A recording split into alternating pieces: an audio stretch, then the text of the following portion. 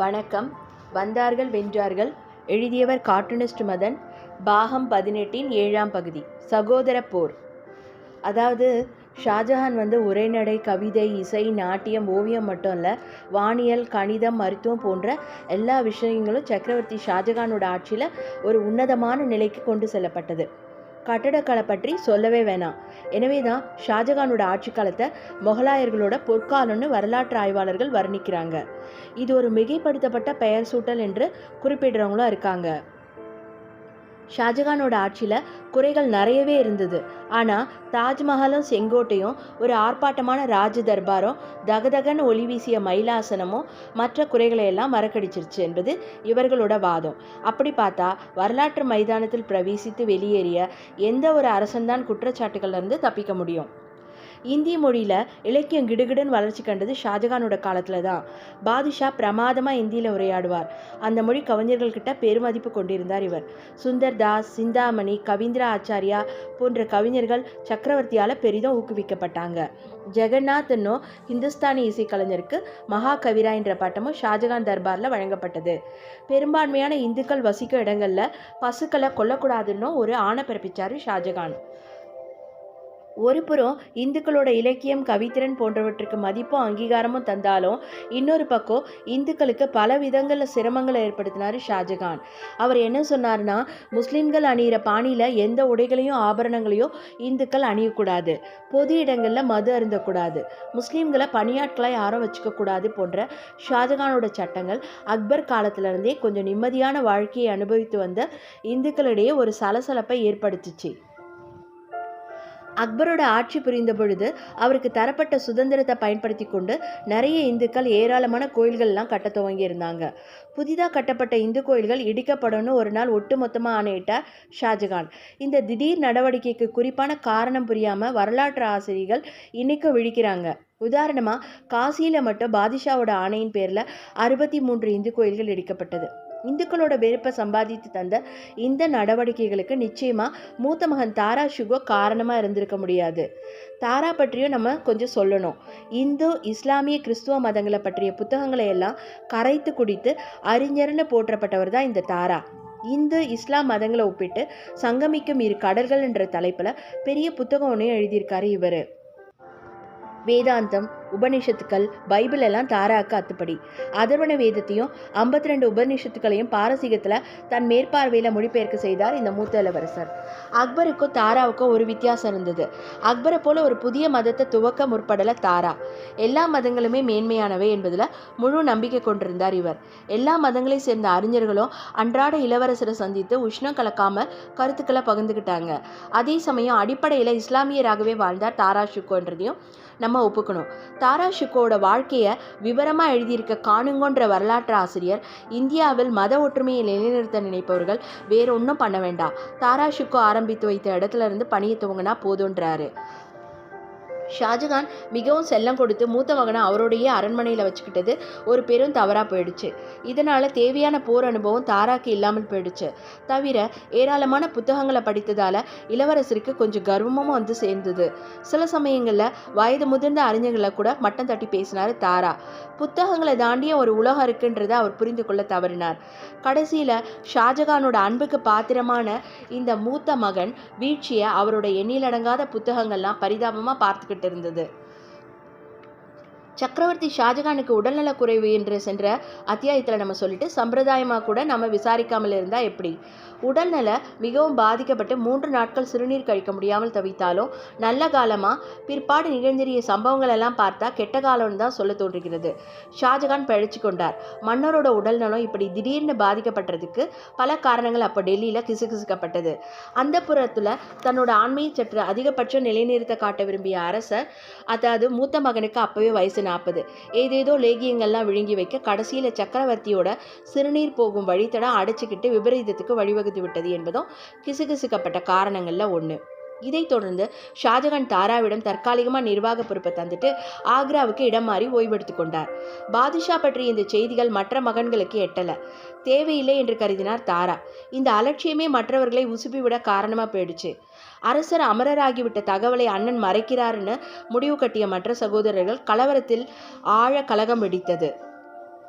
September 1657 Shahjahan படுக்கையில் விழுந்த சமயம் தாரா, ஷூஜா, அவுரங்கசீப், முராத் சகோதரர்களுக்கு வயது முறையே 43, 41, 39, 33. வங்காளத்தில் கவர்னராக இருந்த ஷூஜா, அதாவது இரண்டாவது மகன், தானாகவே அங்கே ஒரு முடிசூட்டு விழாவை ஏற்படுத்திக்கிட்டு ஒரு படையோடு டெல்லி நோக்கி முன்னேறினார். ஷூஜாவை தொடர்ந்து குஜராத்தில் நிர்வாகம் செய்துக்கிட்டு இருந்த முராத் அவசரமாக தன்னை மன்னராக அறிவிச்சுக்கிட்டு ஒரு படையை எடுத்துக்கிட்டு தலைநகரை நோக்கி கிளம்ப, தெற்கே வைஸ்ராகியாக இருந்த அவுரங்கசீப் தன்னோட குள்ளநரி சாதுரியத்தை காட்டினார். முராத்தை கூப்பிட்டுக்கிட்டு நம்ம 2 பேரும் ஒன்று சேர்ந்து ஆக்ராவுக்கு முடிவு கட்டுவோன்னு சொல்லிட்டு கிளம்புறாரு. 2 பேரும் கிளம்பி அந்த ஷூஜா ஷையாவை அப்படியே வெற்றி கொள்கிறாங்க. இதுவே போதும், நான் சன்னியாசியாக எஞ்சிய நாட்களை கழிப்பேன்று சொல்லியதாகவும், அதிலிருந்து முராத்தை அவுரங்கசீப் பாதுஷாஜி என்றும், அண்ணனை துறவிகளுக்கு உரிய அடைமொழியில் ஹஸ்ரத்ஜி என்ற தம்பியும் அழைத்து கொள்ள ஆரம்பித்ததாகவும் ஒரு தகவல் உண்டு. தனியே அரைகுற படையாக திரட்டி கொண்டு சென்ற ஷூஜாவை டெல்லி பெரும்படை, அதாவது அவுரங்கசீப்பும் முராத்தும் தோற்கடிச்சாங்கன்னு பார்த்தோம். இதே மாதிரி ஜோத்பூரோட ராஜா ஜஸ்வந்த் சிங் மற்றும் தளபதி காசிம் கான் தலைமையில் ஒரு படை டெல்லியிலிருந்து அனுப்பப்பட்டது. இந்த ஜஸ்வந்த் சிங், காசிம் கான் தலைமையில் இந்து முஸ்லீம் படை வீரர்களிடையே துளிர்விட ஆரம்பித்துவிட்ட வேற்றுமைகளும் ஷாஜகான் படையோட தோல்விக்கு காரணமாக கூறப்படுது. போர்க்களத்தில் இருந்த தன் கணவர் ஜஸ்வந்த் சிங் ஓடி வந்ததால் அவமானப்பட்டு போன ஜோத்பூர் ராணி அரண்மனை கதவுகளை மூட செய்து கணவரை உள்ளே விட மறுத்தது உணர்ச்சிகரமான ஒரு நிகழ்ச்சி. போரில் வெற்றியடைந்து இதனால் உற்சாகம் அடைந்த அவுரங்கசீப் முராத் கூட்டணி பட சம்பல் நதியை கடந்து ஆக்ராவுக்கு கிழக்கே 8 மைல் தொலைவுக்கு வந்து சேர்ந்தது. வாள்கள் உருவப்பட்ட கையோடு 4 மகன்களும் ஆக்ராவிலிருந்து ஷாஜகானுக்கு எல்லாமே நாட்டின் நன்மைக்குத்தான், தந்தையார் கவலை கொள்ள வேண்டாம் என்ற கடிதங்களை மாற்றி அனுப்பி பாதுஷாவோட கவலையை இன்னும் அதிகப்படுத்தினாங்க. மகன்களை ஆக்ராவுக்கு அழைத்து சமாதானம் பேச விரும்பினார் சக்கரவர்த்தி. ஆனால் நிலைமை கைமீறி போயிருந்தது. நானா அவுரங்கசீப்பா என்று முடிவாக வேண்டிய தருணம் வந்துவிட்டது. நேரடியாக யுத்தகலத்தில் நாங்கள் மோதியாகணும் என்பது விதிக்கப்பட்ட ஒன்று என முழங்கினார் தாரா ஷிக்கோ. இதையடுத்து போருடை தடுத்து 50,000 வீரர்கள் அடங்கிய படையோடு டெல்லி கோட்டையை விட்டு கிளம்பினார் தாரா. பார்ப்பதற்கு உணர்ச்சிகரமான பேரணியாக இருந்தாலும் தாராவோட படையில் பாதி பேருக்கு போர் அனுபவமே கிடையாது. அகப்பட்டவர்களுக்கெல்லாம் போரூட அணிவித்து படையில் சேர்த்து கொண்டார்கள். அவுரங்கசீப் படையோ ஏற்கனவே பல மோதல்களை கண்டு உரம் பெற்றதாக இருந்தது. முடிவில் என்ன நடக்கும்ன்றதை சொல்லவும் வேண்டுமா என்று வரலாற்று ஆசிரியர் குறிப்பிடுகிறார். தாரா தோத்து போறாரு. அப்போதான் திகைப்பூட்டும் ஒரு சம்பவம் நிகழ்ந்தது. தாரா ஷிக்கோவோட யானை ஈட்டிகளால் குத்தப்பட்டு படுகாயப்பட அதிலிருந்து குதித்த தாரா ஒரு குதிரை மீது தாவி ஏறினார். யானை வீழ்ந்ததையும் அதன் மேல் இளவரசர் இல்லாமல் இருந்ததையும் மட்டுமே கன நேரத்தில் பார்த்த டெல்லி வீரர்கள் தாரா இறந்து விட்டதா தவறா நினைத்து பீதியில் ஆழ்ந்தாங்க. கலவரப்பட்டு பின்வாங்கினாங்க. அதிர்ஷ்ட தேவதை அவுரங்கசீப் பக்கம் பார்த்து கை உயர்த்தி காட்டினாள். அதோடு சரி, அவுரங்கசீப் படை உத்வேகத்தோடு பாய்ந்து டெல்லி படையை பந்தாடிச்சு. எல்லாவற்றையும் இழந்து தோல்வியோடு இரவு 9 மணி சுமாருக்கு தடுமாறிய வண்ணம் ஆக்ரா அரண்மனைக்கு திரும்பிய தாரா தன் பிரத்யேக அறைக்குள்ள சென்று கதவை தாழிட்டு கொண்டார். விஷயம் கேள்விப்பட்டு கலங்கி போயிருந்த மன்னர் ஷாஜகான் அன்போடு அழைப்பு விடுத்து அவமானம் காரணமாக அவர் தந்தையை சந்திக்கல. மறுநாள் அதிகாரம் அவர் தன் குடும்பத்தோட விசுவாசமான வீரர்களோடையும் ஆக்ராவிலிருந்து தப்பி வெளியேறி வடக்கு பக்கம் ஓடினார் தாரா. அவர் செய்தது நல்லதாகவே போயிற்று. ஏனெனில் தாரா தப்பித்த சில மணி நேரத்தில் அவுரங்கசீப் படை ஆவேசமாக ஆக்ரா கோட்டையை சூழ்ந்து கொண்டது. அவுரங்கசீப்போட சீற்றம் கண்டு பீதியில் ஆழ்ந்தார் பாதுஷா. உடனே நல்வரவு ஆகுக என்ற கடிதத்துடன் ஆலம்கீர் என்று அழைக்கப்பட்ட தன் புகழ்பெற்ற வாளையும் பரிசா மகனுக்கு அனுப்பி வைத்தார். பிற்பாடு ஆலம்கீர் என்ற பட்டத்தை தன் பெயருக்கு முன்னால் இணைத்து கொண்டார் அவுரங்கசீப். ஆலம்கீர் எனில் அகண்ட வெளியை கைப்பற்றி ஆட்சி புரிபவர் என்று பொருள். சக்கரவர்த்தி நலமா, விரைவில் வந்து சந்திக்கிறேன் என்று பதில் கடிதம் அனுப்பிய அவுரங்கசீப் கூடவே தாரா இஸ்லாத்துக்கு முதல் எதிரி, அவனுக்கு போய் தாங்கள் ஆதரவு தந்தீர்கள். நாட்டையும் என்னோட மதத்தையும் காப்பாற்ற நான் வாளெடுக்க வேண்டி வந்தது. காலத்தில் கட்டாயம் போய்விட்டது. சரி, நடந்தது நடந்துடுச்சு. ஆக்ரா கோட்டையை உடனே என் தளபதிகளிடம் ஒப்படைக்க வழியை பாருங்கள் என்று சொல்லி அனுப்பினார். அப்போ ஷாஜகான், நான் இன்னும் பாதுஷான்றதை நினைவில் கொள், கோட்டையை ஒப்படைக்க முடியாது, அது எனக்கு அவமானம் என்று கோபத்துடன் அவரிடமிருந்து பதில் கடிதம் வந்தது. என்ன இருந்தாலும் உள்ளே இருப்பது தந்தையார், வாயிற்புறத்தில் நாம் இரத்த கோலம் போட வேண்டாம். தாரா என்னை வீழ்த்தி விட்டு வெற்றி கொடியோடு திரும்புவான் என்றே பாசத்தால் சித்தம் கலங்கி போன என் தந்தை பகல் கனவு கண்டிருப்பார். எனவே அரண்மனைக்குள் முன்னேற்பாடுகள் எதுவும் செய்திருக்க மாட்டார். உள்ளே உள்ள குடிநீரை சேகரித்து இருப்பார்களா என்பது கூட சந்தேகம். உடனே யமுனை நீர் அரண்மனைக்குள் செல்லும் வழிகளை மூடுங்கள், என்ன ஆகிறது என்று பார்ப்போம் என்று ஆணையிட்டார் அவுரங்கசீப். அவர் ஊகித்தது போலவே அரண்மனைக்குள் குடிநீர் இல்லை. உபயோகப்படுத்தப்படாத சேரும் சகதியுமாக இருந்த சில கிணறுகளில் இருந்த நீரை உபயோகிக்க வேண்டிய கட்டாயம் பாதுஷாவுக்கு ஏற்பட்டது.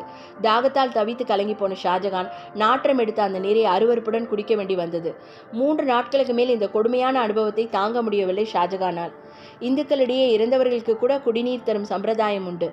நீ ஒரு சிறந்த முஸ்லிம். உயிரோடு இருக்கும் உன் தந்தைக்கு குடிக்க நீர் தர மறுக்கலாமா என்கிற அளவுக்கு வெறுத்து போய் அவுரங்கசீப்புக்கு ஒரு கடிதம் எழுதினார் அவர்.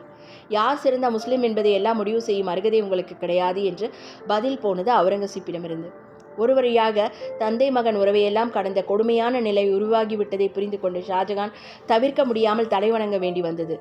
விரும்பியது கிடைக்காமல் அழுது அழுது பிறகு மெல்ல தூங்கி போன ஒரு குழந்தையின் நிலைக்கு போனார் சக்கரவர்த்தி என்று சோகம் எழையோடும் நயத்தோடு பளிங்கு சிறையில் கைதியாக சிக்கிக்கொண்ட ஷாஜகானுடைய பரிதாப நிலையை விவரிக்கிறார் வரலாற்று ஆசிரியர் ஒருவர். நன்றி, வணக்கம். நாளை பார்க்கலாம் அவுரங்கசீப்பின் உருண்ட தலைகளை.